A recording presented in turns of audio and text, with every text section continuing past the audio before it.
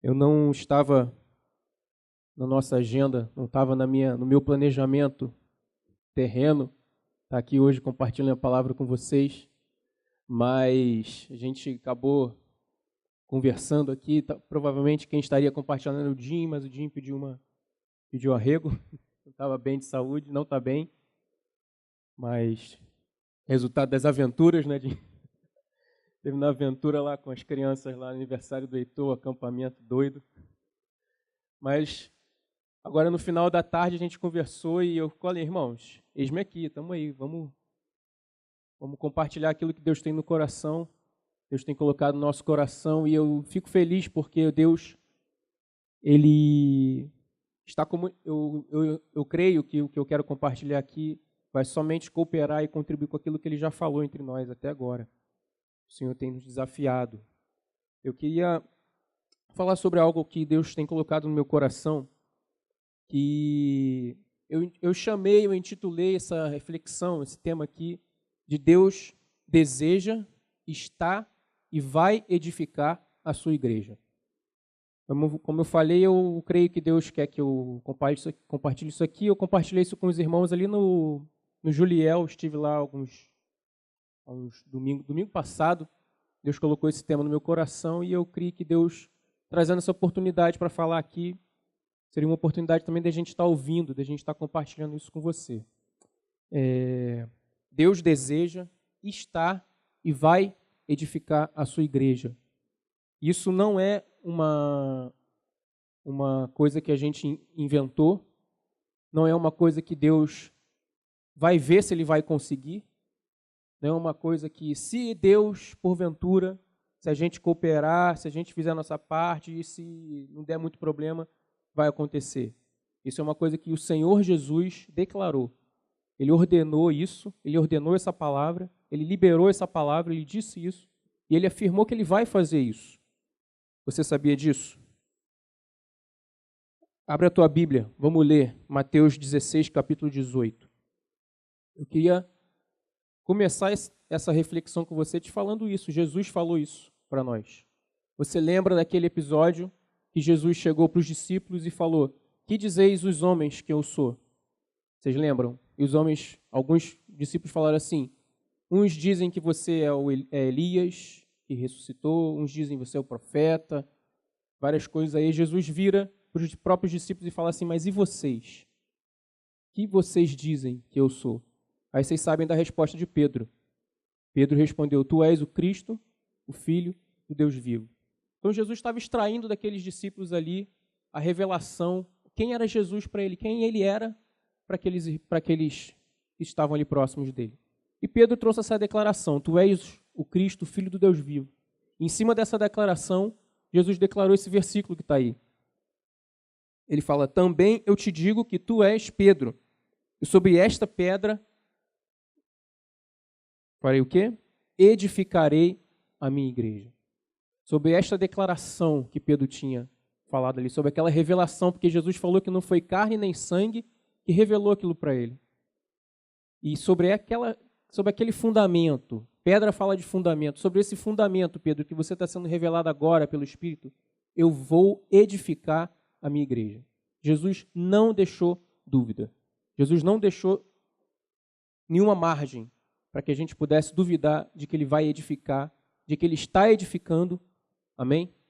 Ele está edificando a sua igreja e ele vai fazer isso. Mas eu queria abrir um texto com vocês que está em Hebreus 3, que é em cima desse texto que eu queria rapidamente refletir sobre esse tema da edificação. Hebreus 3. Hebreus 3, a partir do verso 1, você pode acompanhar a leitura ali.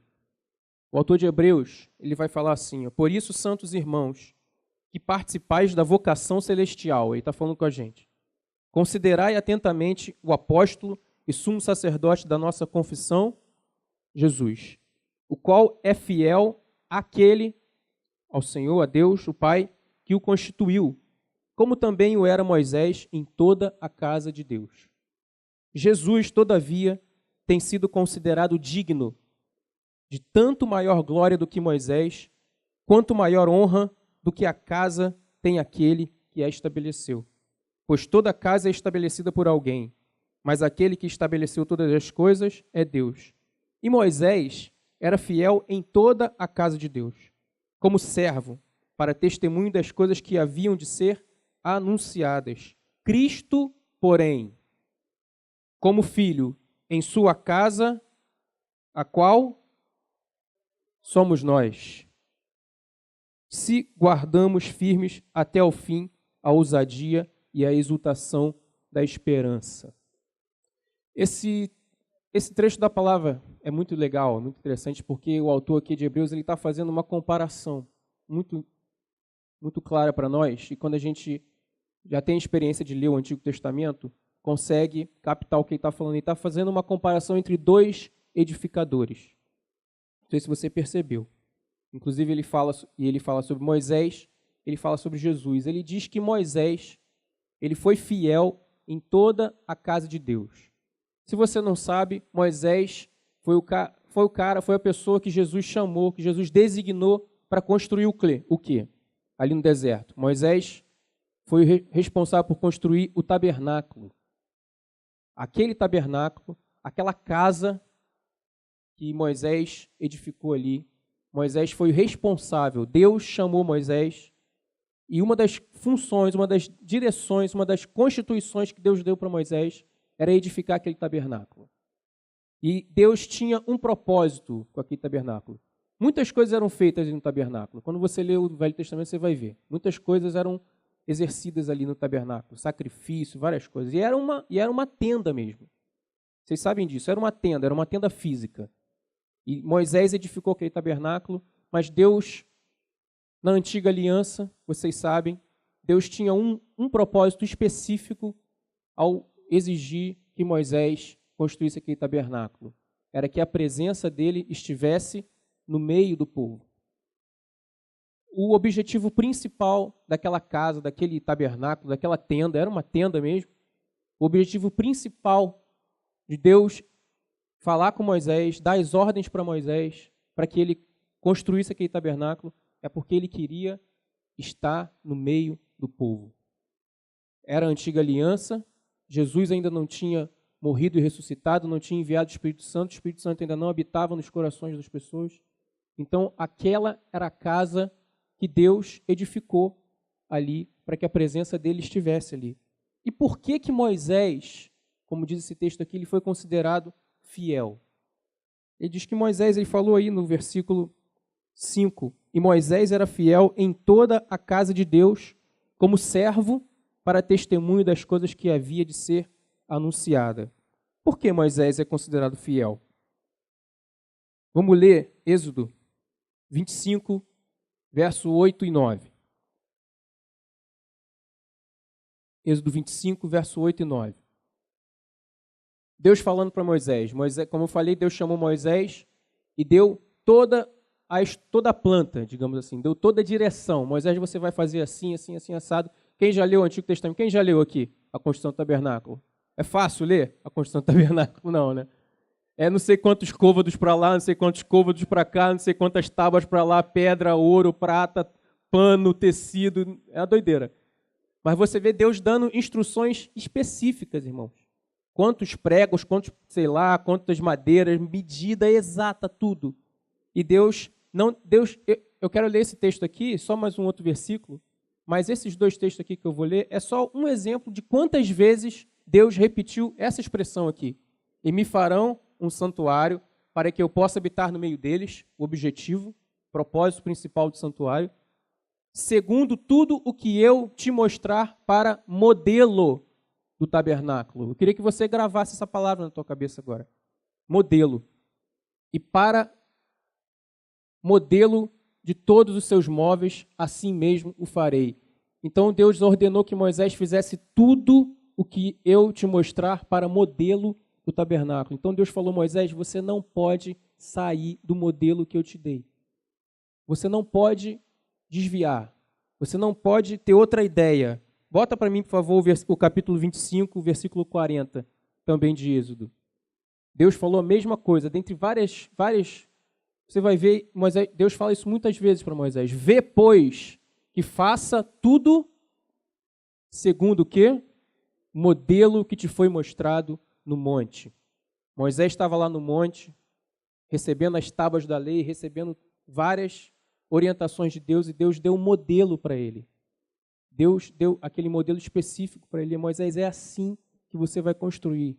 Em outras palavras, Deus falou para Moisés assim: Moisés, você não está construindo a sua casa.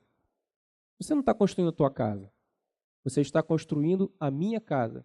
Eu estou te chamando, eu estou te designando, estou te dando o modelo para você edificar a minha casa. O propósito que eu vou edificar essa casa é para que eu habite no meio de vocês. E não pode ser do seu jeito, Moisés. E Moisés também não tinha liberdade. Não tinha liberdade de pegar aquela planta, aquele modelo que Deus deu para ele e chegar assim: não gostei desse cômodo aqui. Não gostei, tá muito grande essa parte aqui. Né? Pessoal que gosta de edificação, pega a planta e olha, o cara pode às vezes ter outras ideias, né? Mas ele não recebeu dele, aquela planta não é dele. Né? Ele recebeu aquela orientação de alguém, então Moisés não podia chegar a Deus. Você falou que tinha que ser assim, essa parte aqui do Santo dos Santos aqui, mas acho que eu vou fazer um pouquinho maior aqui, vou botar a arca aqui no cantinho aqui, não vai ficar muito legal no centro, não. Não, Moisés não fez isso. Moisés não podia, tanto não fez, porque esse texto de Hebreus que a gente leu, fala que Moisés foi fiel em toda a casa de Deus. E afirma que Moisés foi fiel por causa disso aqui, que ele seguiu à risca o modelo do pai.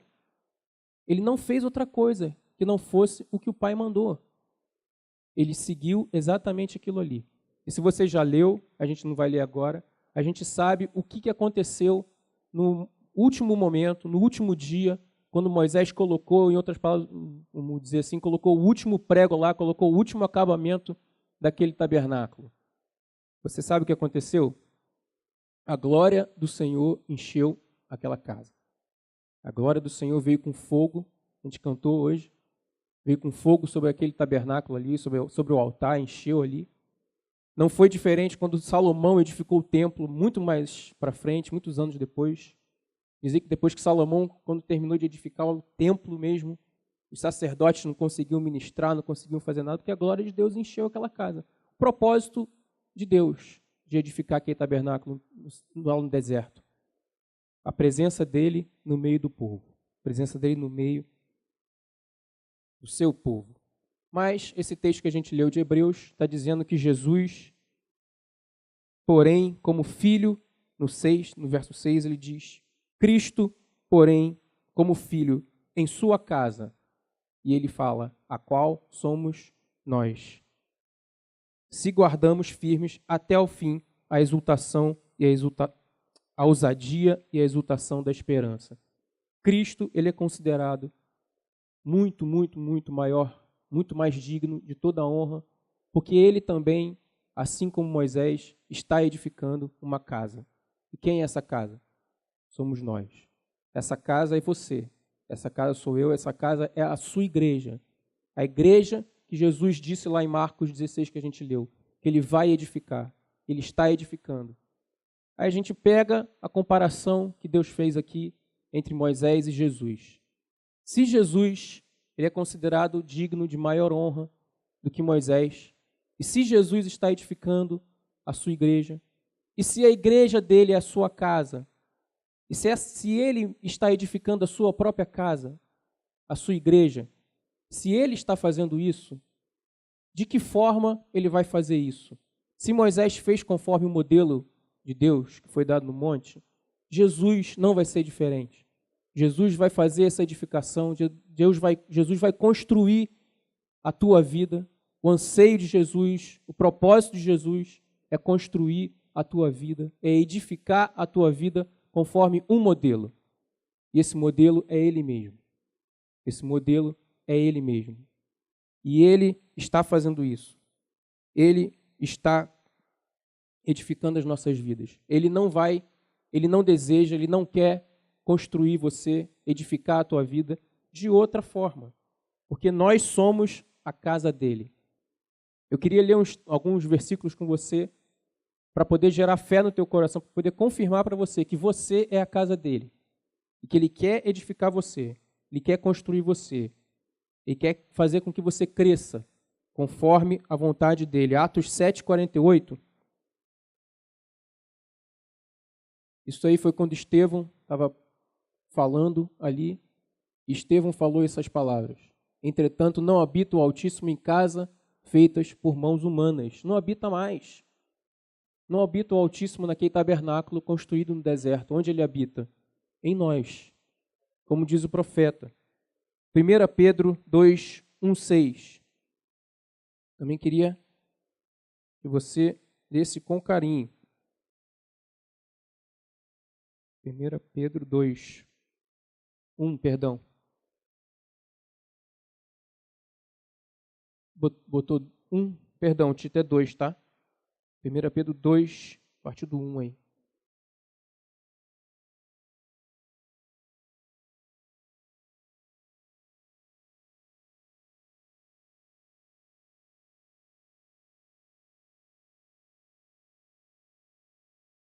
Vamos ler? Despojando-vos, portanto, de toda maldade, dolo e hipocrisia. Tá certo aí?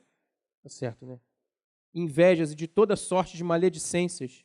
Desejai ardentemente como crianças recém-nascidas o genuíno leite espiritual, para que por ele vos seja dado o crescimento para a salvação.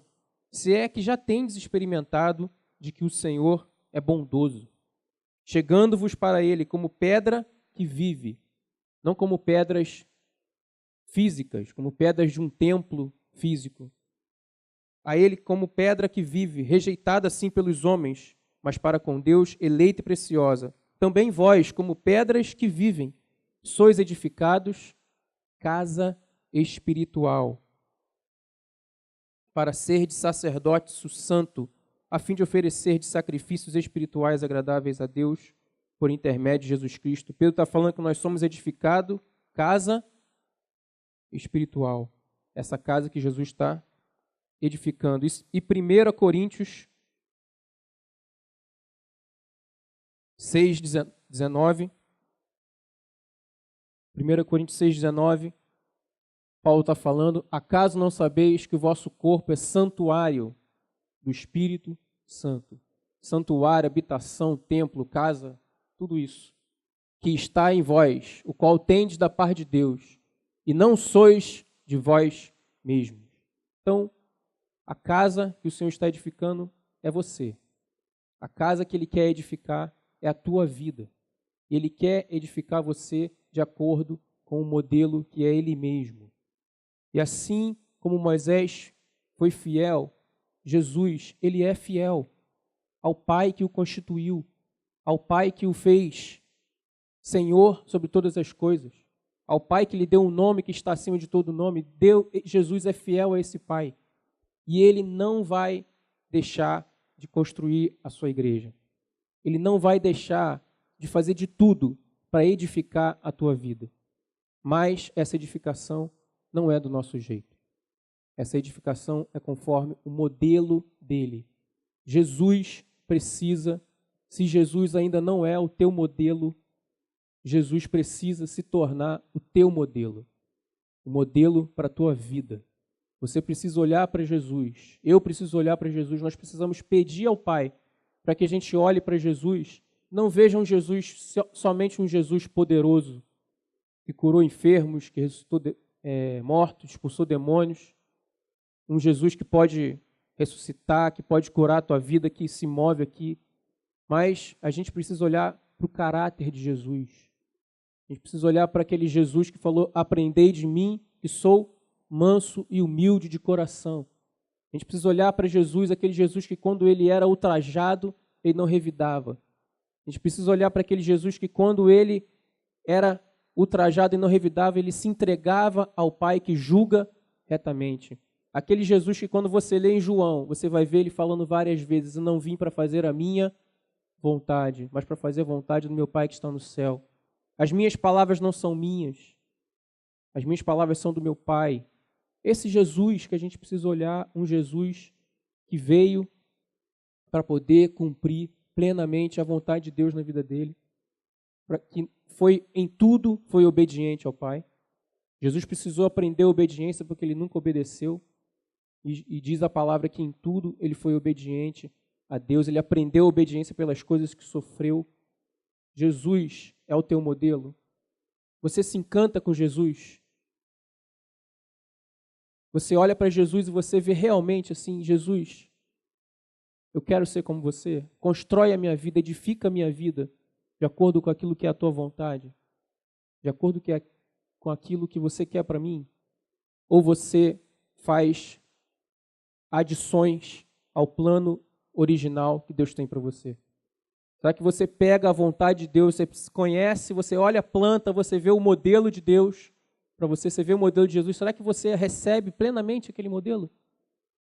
Será que você deixa aquele modelo para fazer outras coisas? Para se construir, se auto-edificar? Se moldar do jeito que você quer? Ou você permite o Senhor construir a tua vida? Eu estou falando permite, porque assim, eu falei no início que nada e ninguém vai impedir o propósito de Jesus de edificar a igreja dele. Amém? Nada vai impedir. Ele vai fazer isso independente de você deixar ou não ele fazer isso na tua vida. Porque a única pessoa que pode impedir Jesus de impedir Jesus edificar a tua vida é você mesmo. São as tuas escolhas, é você rejeitar esse modelo que Jesus tem para você. E eu não sou eu que estou inventando isso. Esse texto que a gente leu de Romanos 13, de Hebreus 3, ele segue falando sobre um impedimento, e que para mim é o impedimento principal para que a obra de Deus pare na tua vida, para que Jesus não possa seguir com o plano, com o modelo dele para você. A partir do 7, ele fala assim: assim, pois, como diz o Espírito Santo, hoje. Quando que é que ele está falando aqui? É amanhã? Ele está falando hoje. Se ouvirdes a sua voz, não endureçais o vosso coração, como foi na provocação, no dia da tentação no deserto, onde os vossos pais me tentaram, pondo-me à prova, e viram as minhas obras por 40 anos. Por isso me indignei contra essa geração e disse: estes sempre erram no coração, e eles também não conheceram os meus caminhos. Assim jurei na minha ira: não entrarão no meu descanso. Tende cuidado, irmãos, jamais aconteça haver em qualquer de vós perverso coração de incredulidade, que vos afaste do Deus vivo. Pelo contrário, exortai-vos mutuamente cada dia, durante o tempo que se chama hoje. Então, se você ouvir a voz de Deus hoje, você não endurece o coração. E você tem que exortar mutuamente. Nós devemos nos exortar mutuamente durante o tempo que se chama hoje. Está com um H maiúsculo. A fim de que nenhum de vós seja endurecido pelo engano do pecado. O autor de Hebreus ele vem falando, comparando Moisés e Jesus, exaltando Jesus como aquele que é fiel sobre a casa dele, que somos nós. Mas ele fala sobre a incredulidade. Ele fala sobre um impedimento, sobre o impedimento para que a edificação aconteça na tua vida, que é esse tema, a incredulidade. Quando eu vejo aqui o autor de Hebreus falando, ele cita alguns acontecimentos com o povo de Israel no deserto. Ele fala, foi na provocação, no dia da tentação no deserto. Ele fala onde vossos pais me tentaram, pondo-me à prova. Ele fala que mesmo tendo visto muitas obras de Deus no deserto, o povo sempre errou no coração, o povo nunca conheceu os caminhos do Senhor. Ele está citando alguns eventos aqui em Israel, em que Israel duvidou claramente e na prática duvidou de que o Senhor estava conduzindo eles. Israel duvidou, Israel tentou, Israel falou para Moisés assim: acaso está o Senhor entre nós? O povo de Israel dizia. Quando eles chegaram num lugar onde tinha águas amargas, Moisés foi obrigado a tocar na rocha, bater na rocha para sair água. porque eles ali estavam duvidando de que o Senhor estava conduzindo eles. Eles falavam várias vezes, era melhor a gente ter ficado no Egito. Era melhor a gente ter ficado lá no Egito, lá a gente tinha comida, lá a gente tinha um monte de coisa. Quando caiu o maná, reclamaram do maná. Aí Deus mandou uma carne lá, eles se entupiram de carne, com medo de que ia faltar no outro dia. Então, em todo tempo você vê Deus, você vê o povo de Israel duvidando dos caminhos de Deus para ele ali no deserto. E quando o autor de Hebreus está falando sobre a incredulidade, eu não vejo ele falando de uma incredulidade, de que você duvide de que Deus exista, de que você duvide de que Jesus morreu e ressuscitou, de que você duvide de que Deus é poderoso, de que Jesus pode fazer grandes coisas. Eu vejo o autor de Hebreus falando de um tipo de incredulidade. É uma incredulidade que te impede de viver inteiramente pela fé. De você viver inteiramente de acordo com a vontade daquele que quer te edificar segundo o seu próprio modelo. Não é uma incredulidade que você duvida de algumas coisas de que Jesus pode fazer. Eu creio que você não duvida que Jesus é todo-poderoso. Eu creio que você não duvida que Deus pode ressuscitar, que Deus pode curar. Mas quantos aqui hoje não creem inteiramente de que a vontade de Deus é boa, perfeita e agradável? Quantos aqui ainda não vivem inteiramente pela fé? E viver pela fé não é aquele cara de pensamento positivo, não vai dar tudo certo, vai dar tudo certo. Não é só isso. Não é só isso, não é aquele cara fortão, aquele cara vivo pela fé, cara que sabe que Deus vai fazer um monte de coisa, mas não é só isso. Isso é viver pela fé. Isso é viver crendo que Deus pode suprir todas as tuas necessidades. Mas mais do que isso, viver pela fé é viver com a disposição e com o coração para crer em tudo que Jesus falou e obedecer a tudo que ele mandou. É crer na sua palavra. O profeta Abacuque disse que o justo viverá pela fé. Ele falou isso, o justo viverá pela fé. E Deuteronômio 8, acho que você já leu esse texto, acho que você conhece. Deuteronômio 8, Deus fala para o povo assim, eu te humilhei e te deixei ter fome lá no deserto, para te mostrar uma coisa, que nem só de pão vive o homem, mas de que vive o homem? De toda palavra que sai da boca de Deus. Se viver pela fé, se o justo vive pela fé, viver pela fé é viver de acordo com toda a palavra que sai da boca do Senhor. Viver crendo, viver obedecendo. Você viver crendo em tudo que o Senhor tem para você. E existe uma coisa, irmãos, uma coisa que te leva, eu acho, e inclusive a gente tem conversado muito sobre isso, existe uma coisa que impede você de viver pela fé. Existe uma coisa chamada mundo. Existe uma coisa chamada humanismo. Existe uma coisa chamada rudimentos do mundo. Existe uma coisa chamada filosofias do mundo. Existe uma coisa chamada mentiras do diabo, que ele quer fazer você acreditar que é verdade. Ele quer fazer com que a gente acredite que as mentiras dele são verdades. E como que ele faz? Qual a estratégia do diabo para fazer com que as mentiras dele pareçam verdade para nós? Massifica mentira de várias maneiras. E se você não tem filtro, que é a palavra, se você não tem filtro, essa mentira, quando você menos perceber, você vai estar vivendo de acordo com esse princípio. Você vai estar vivendo de acordo com aquilo que o mundo está formando a tua mente.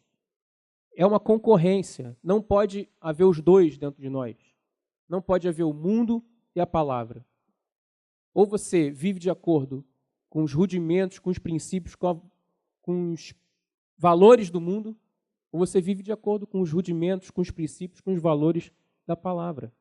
Isso é viver pela fé. Mas se você ainda deixa o mundo ditar o teu comportamento, se você ainda deixa os princípios, os valores mundanos, ainda reger você, guiar você em algumas coisas, você está incrédulo.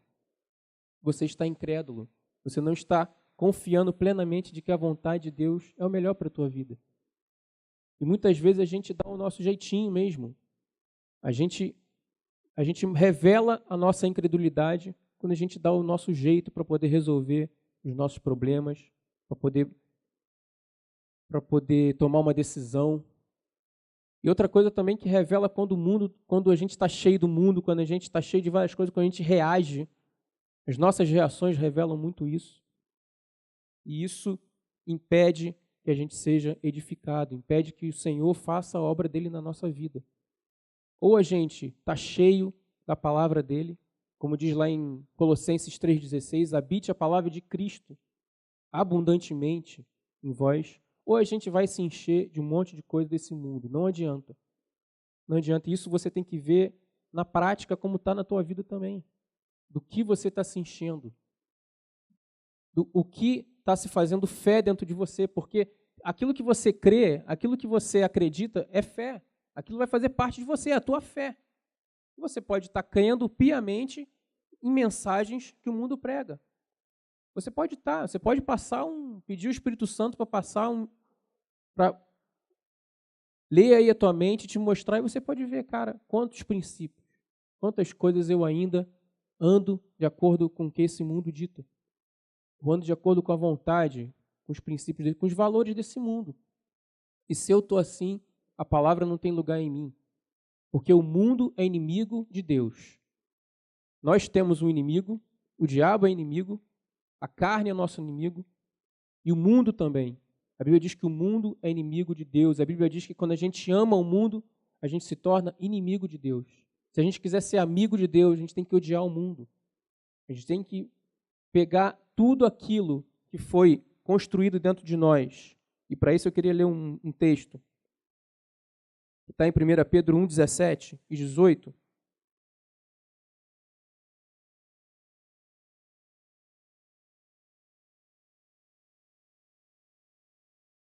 A gente tem que pegar tudo aquilo que a gente aprendeu, que não é de acordo com a vontade de Deus, lançar fora. Ele fala, ora, se invocais como Pai aquele que sem acepção de pessoas julga, segundo as obras de cada um, portai-vos com temor durante o tempo da vossa peregrinação, sabendo que não foi mediante coisas corruptíveis como prata ou ouro que foste comprado.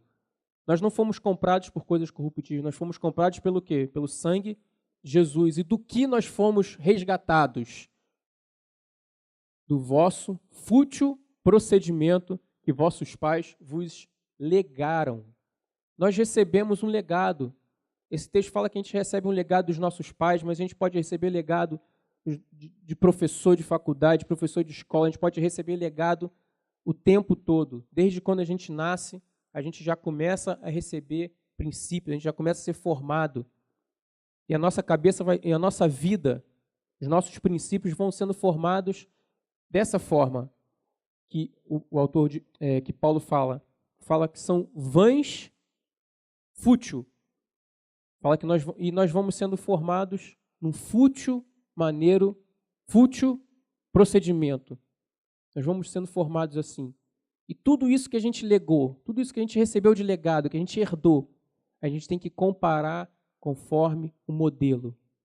É conforme o modelo? É de acordo com o modelo de Jesus para a minha vida? Então eu aceito. Se não for, eu quero o modelo de Deus. Se não for, eu jogo fora.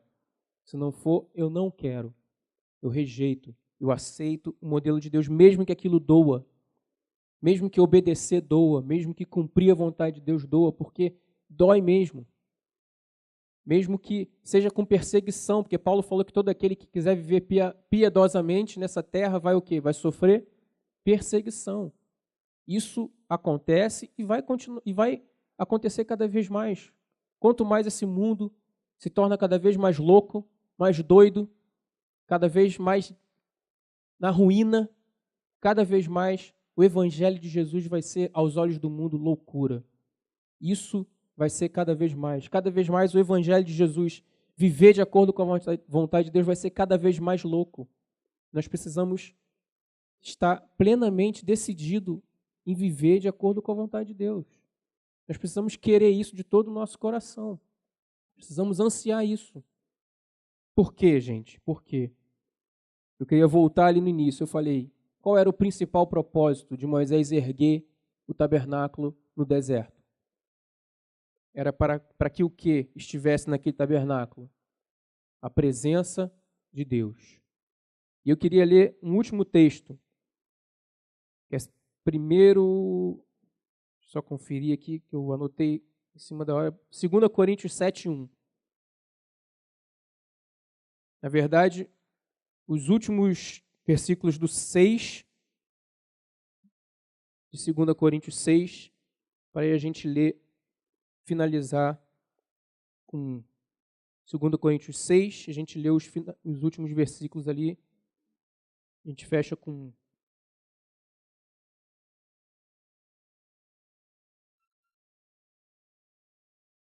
o 16, do versículo 6, ele está falando assim: que ligação há entre o santuário de Deus e os ídolos? Porque nós somos santuário do Deus vivente, como ele próprio disse: habitarei e andarei entre eles, serei o seu Deus e eles serão o meu povo. Isso aqui é o que o Senhor falou acerca de nós. Por isso, retirai-vos do meio deles, separai-vos, diz o Senhor. Não toqueis em coisas impuras, e eu vos receberei. Sim, serei vosso pai, e vós sereis para mim filhos e filhas, diz o Senhor Todo-Poderoso. E aí no 1 ele diz: tendo, pois, ó amados, tais promessas. Que promessa, irmão? Ele está se referindo aqui ao que ele falou no versículo 16: habitarei e andarei entre eles, serei o seu Deus, eles serão o meu povo. Tendo, pois, tais promessas, irmão, havendo entre nós essa promessa de que o Senhor vai habitar em nós, entre nós, como o Sandro falou aqui no início, Ele está entre nós, Ele está em nós, tendo essa promessa de que Ele habita no meio do seu povo, de que Ele habita em nós, tendo essa promessa de que Ele habita nos nossos corações, que Ele não habita mais em templos feitos por mãos humanas, tendo, pois, ó amado, tais promessas, purifiquemo-nos de toda impureza, tanto da carne como do espírito, aperfeiçoando a nossa santidade no temor do Senhor. Se a gente andar assim, dessa forma, que a gente terminou aqui de ler esse texto, se a gente andar assim, não vamos ter outra coisa mais notória no nosso meio, a não ser a presença dele. Porque esse é o desejo do Senhor em edificar a tua vida. Ele quer encher você do Espírito Santo. Ele quer encher você da presença dele. Ele quer você andando por aí, levando a presença dele. Ele quer fazer com que você seja esse tabernáculo, essa casa. Esse tabernáculo que Moisés ergueu ali no deserto, ele era móvel. Inclusive mostrando, fazendo uma alusão, uma imagem à sua igreja. Uma igreja levando a presença dele por aí, por onde vai. Um povo que vai, ide, como Jesus falou ali em Mateus 28, ide fazer discípulos. É um povo que está indo em todo o tempo. Como? Cheio da presença dele. Mas como, meu irmão? Como nós podemos ser edificados conforme o modelo dele, se ainda somos incrédulos? Se ainda não cremos de todo o coração de que ele tem essa promessa para nós, de que isso é verdade, de que isso é possível para nós. Como? E ele diz aqui, a gente precisa ser purificado. E ele dá uma ordem, ele não fala assim, pede para alguém te purificar, faz alguma coisa para você ser purificado. Não é isso. Ele dá uma ordem. Se purifica, se limpa. Tira o que é mundo de dentro de você, tira o que é impureza, tira tudo. Retirai-vos. Vamos sair desse mundo. Vamos viver pela fé, vamos viver baseado na vontade de Deus. E ele deu essa promessa: eu serei o vosso Deus, vocês serão meu povo, eu vos recebereis.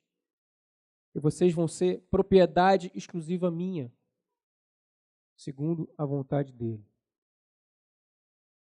Amém, irmãos? Quantos aqui querem orar?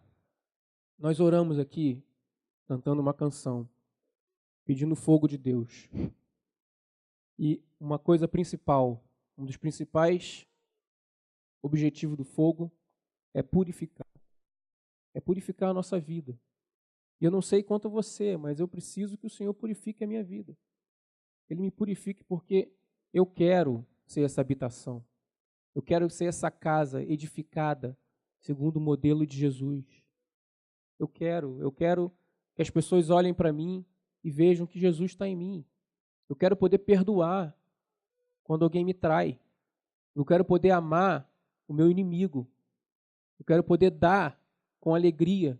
Eu quero poder doar a minha vida assim como Jesus doou.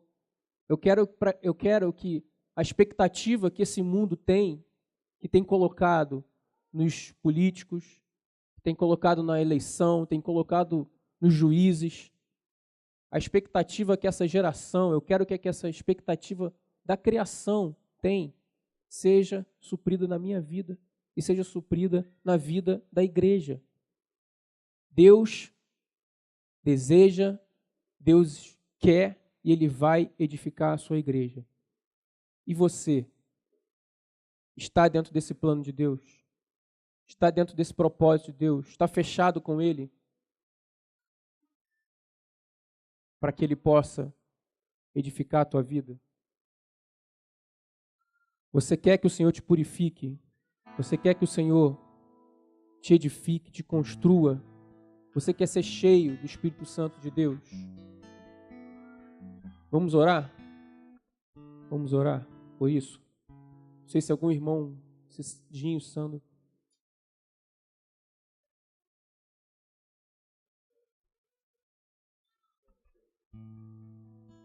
Eu ia levantar aqui para orar junto, mas eu queria falar só uma coisa rápida. Mas eu queria dizer uma coisa que estava já no meu coração, que tem a ver com o que Cristo está falando aqui. O Franco, ele compartilhou um tempo atrás entre nós, falando sobre a obra de Deus. Não sei se vocês se recordam. Acho que foi lá no prédio, lá onde Juliel reúne. E ele lê um texto, que é um texto de João 6, se não me engano, 29, alguma coisa assim, em que Jesus responde uma pergunta e fala sobre a obra de Deus. Ele diz que a obra de Deus é esta, que creiam no Pai e tal. E uma das coisas que está no meu coração, eu falei com o Sandro, né, lá ontem, é que como essa obra se realiza. E tem um texto que eu queria ler para encaixar com o que o Cris falou aqui. João 17, Tita ou Yuri, não sei quem que está aí. João 17, versículo 21. Eu penso que esse texto ele explica um pouco sobre o efeito dessa presença do Espírito Santo no meio da igreja. Isso aqui que o Cristiano está falando, ele está falando sobre a importância do Espírito entre nós, o que ele pode promover, mas uma das coisas que o Espírito promove entre nós é uma espécie de unidade que o sistema, que o mundo não está acostumado. Vamos ler? Diz assim, 20. Volta um pouquinho, por favor, Tita. Jesus fala assim: não rogo somente por estes, mas também por aqueles que vierem a crer em mim, por intermédio da sua palavra. Vamos lembrar que Jesus está aqui fazendo uma última oração antes de ser crucificado. Ele está pedindo ao Pai lá, por aqueles discípulos que estavam ali naquele lugar junto com ele, mas também está pedindo por aqueles que viessem depois. Quem são esses que viriam depois? Somos nós, inclusive. E aí, 21, a fim de que todos sejam um, e como és tu, ó Pai, em mim e eu em ti, também sejam eles e nós, para que o mundo creia o quê? Que tu me enviastes. Então, como que o mundo crê que Jesus foi enviado? Vamos interpretar o texto. Quando aqueles que viessem a crer nele estivessem nessa comunhão, nessa unidade com o Pai e essa unidade uns com os outros, a fim de que todos sejam um, e como és tu, ó Pai, em mim e eu em ti, também sejam eles em nós, para que o mundo creia que tu me enviaste. A presença do Espírito Santo dentro de nós vai produzir na gente uma unidade.